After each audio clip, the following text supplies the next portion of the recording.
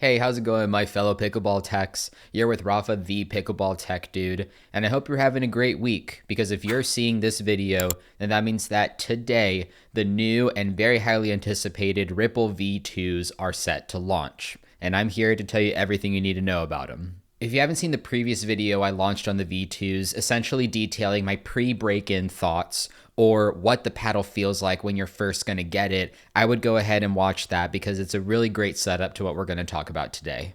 But for those of you who have seen that video, don't go anywhere because we're going to briefly recap the stats and a little bit of what changed from this version compared to the original. We're going to go through the strengths and weaknesses of the only two shapes that I think are going to be worth looking into for now in order of how you would construct a point from the baseline to the kitchen line.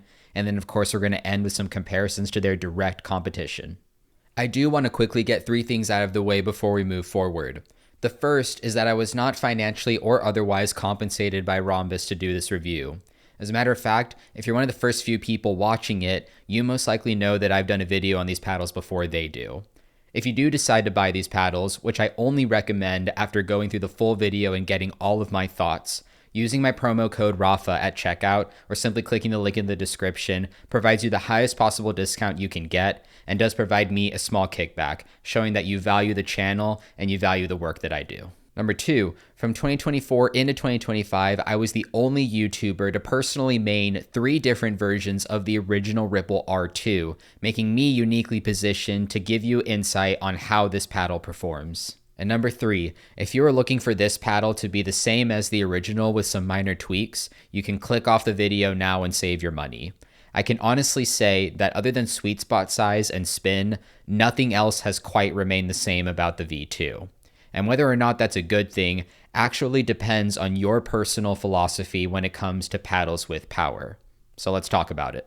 At this initial launch, the Ronbus Ripple V2 will be available in 3 shapes: the R1 elongated shape, the R2 standard shape, and the R4 hybrid shape. Why they skipped R3 is something I have a theory on but have yet to confirm. I also know there will be an R5 shape available at a later date that looks very similar to the R1 and R4, but is slightly wider than both. The paddles will only be available in 14mm core thicknesses indicated by the .14 after the shape names, and they will retail for $280. My discount code RAFA saves you $20 at checkout. Speaking on the core, these paddles are Gen 3 constructed using Ronbus's carbon fiber core technology.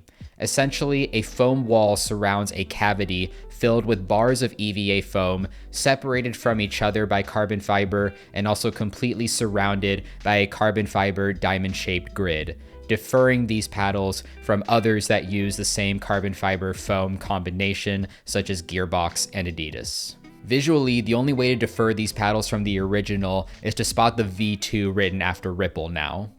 The only 2 structural changes that were made were a strengthening of the carbon fiber grid that holds the foam bars in place, as well as a lengthening of those foam bars as you move towards the center of the paddle. These are the full stats of all 3 paddle shapes. And if you watch the original video, the only changes you should see here are that these are the true power and pop numbers after the paddle has been broken in. Seeing these changes, it's easy to fall into the trap of thinking that they are really small tweaks that won't change the performance much. But I can tell you from experience that is simply not the case. So let's dive more into that now. For the remainder of this video, I will only be referring to the R2 and R4 shapes. If you're wondering why, it's simply because the R1 shape doesn't stand out enough for me. Some of you R1 or elongated shape lovers in general might be disappointed by that. But in my personal experience, whatever I liked about the R1, I liked either the same or more on the R4. So there simply isn't enough relevance to talk about the R1. The individual weight setups I found most comfortable to optimize performance, but were not used to measure stats, were 3 grams of 1 gram per inch Bode tungsten tape on the very bottom corners of the R2, and then 4 grams on the R1, starting about an inch below the corner and then going up from there. For the average player who may or may not be used to power paddles, and granted, while these aren't the rocket launcher 100th percentile power paddles the originals were, these are definitely still in the high power category. I'd put them a notch above their adjacent Yola Pro 4 shapes, and then small but noticeable uptick over their adjacent Gearbox Pro Ultimate shapes.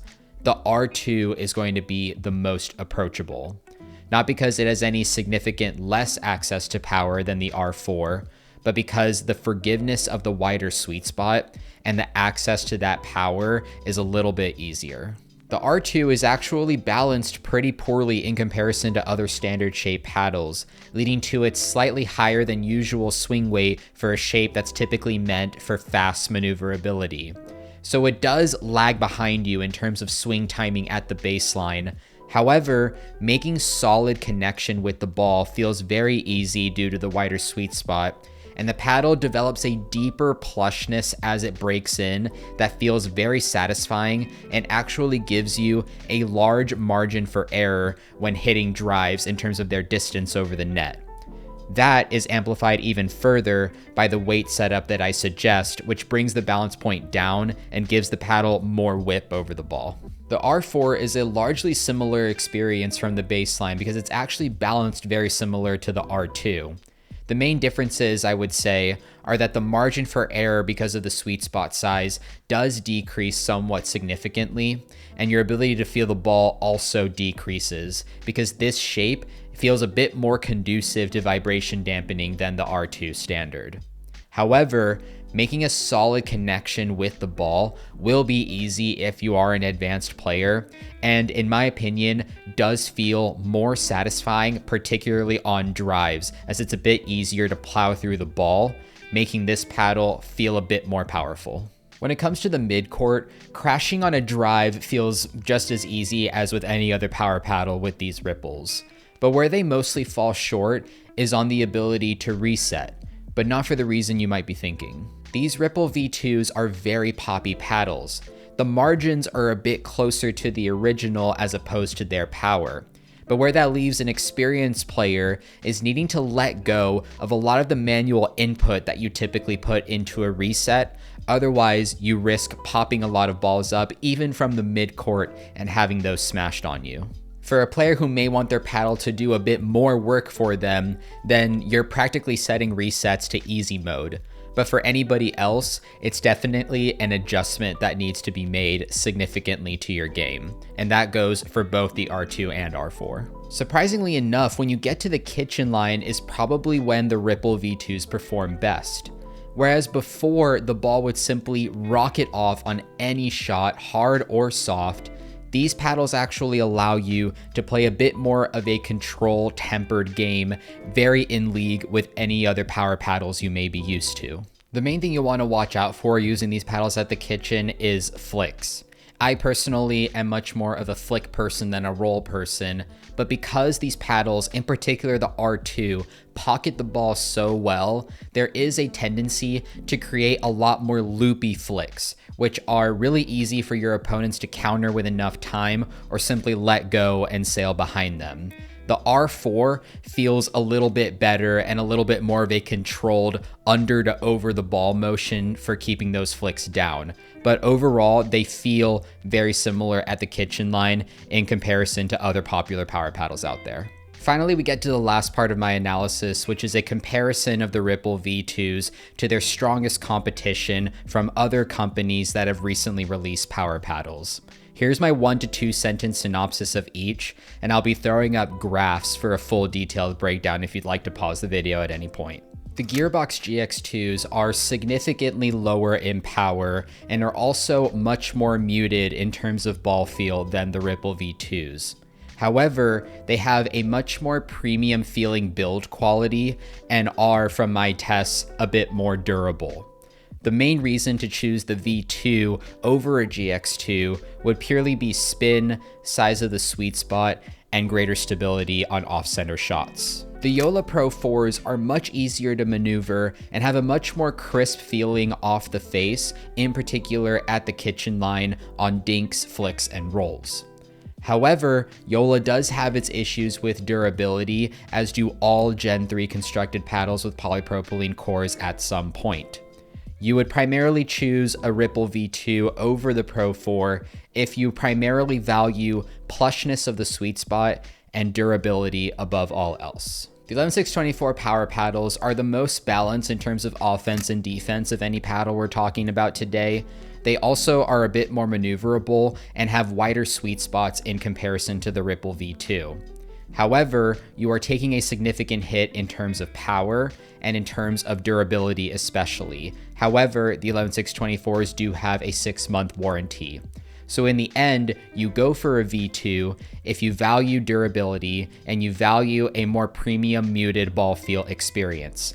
And if that is about $100 worth of value to you, which I can see, especially if you're an advanced player, not wanting to wait so frequently to change your paddle for a new one. The Carbon True Foams are the only paddles I'll compare today that have higher perceived durability than the Ripple V2. They also don't change as much in terms of performance as the Ripples do with break-in. At the same time, despite feeling more stable than the Ripples, the sweet spots are definitely a bit tighter. So in the end, it's easier to say you go for the Ripple if you prefer higher offensive capability with some defense, as opposed to high defensive capability with some offense on the True Foams. And the final paddles to compare on this list are the Paddletech Bantams. They are definitely more maneuverable than the Ripples, and due to their Gen 1 construction, they should at least match them for durability. They also have really high responsiveness, meaning they don't mute the ball contact very well, but it's also easier to feel how hard you're hitting your shots, allowing you to get high power from the baseline, but still maintain a high degree of control from the midcourt and the kitchen line. The main drawback with those paddles is that they have significantly smaller sweet spots than anything else I've talked about and do require a much more advanced level of play. So you go and grab the V2s if you value higher spin, a more plush premium ball feel experience, and a much more forgiving sweet spot. Now that you have all the information, instead of providing you an official buy recommendation with these paddles, I'll provide you a train of thought that I would use before making this decision. At the 280 mark, you're comparing these paddles to the Yola Pro 4s, Carbon True Foams, Gearbox GX2s, and Pro Series paddles primarily. Each of these paddles has some sort of characteristic individual advantage, whether it's durability, maneuverability, plushness of sweet spot, familiarity in comparison to a paddle you may already be playing with, or some combination of a couple of them. The Ripple V2 has lost some of its novelty on me, as it doesn't have the same maneuverability, large sweet spot, massive power combination that it had in the original. However, if you think about the characteristics that every other paddle at this price range is known for, I don't think any of them put them in such a usable combination as the Ripple V2. So what it really comes down to for you is primarily durability and cost. Does a larger sweet spot, more plushness, more muted ball feel experience, higher durability make up a $40 difference between this paddle and the Paddletech Bantams? And going a step further, does the higher durability, higher spin, and much more offensive power matter to you enough to warrant a $100 difference between this and something like an 11624 power? While I can't make that decision for you, that is how I personally would think about this as a consumer, and I hope that it simplifies the process a bit more for you moving forward. All links are in the description of what we talked about today, and of course, if you want to do some more research, I have plenty of other reviews up on my channel. So, if you made it here to the end of the video, thank you so much for watching and for your support per usual. Make sure you like, subscribe, comment down below for the algorithm. Anything else you want to know, I'll be responding to comments or any thoughts you have on the Ripple V2 if you've already tried it. And that's going to put a nice little wrap here on my thoughts. So I hope you all stay happy and healthy, and of course, out on the courts until the next one. Peace.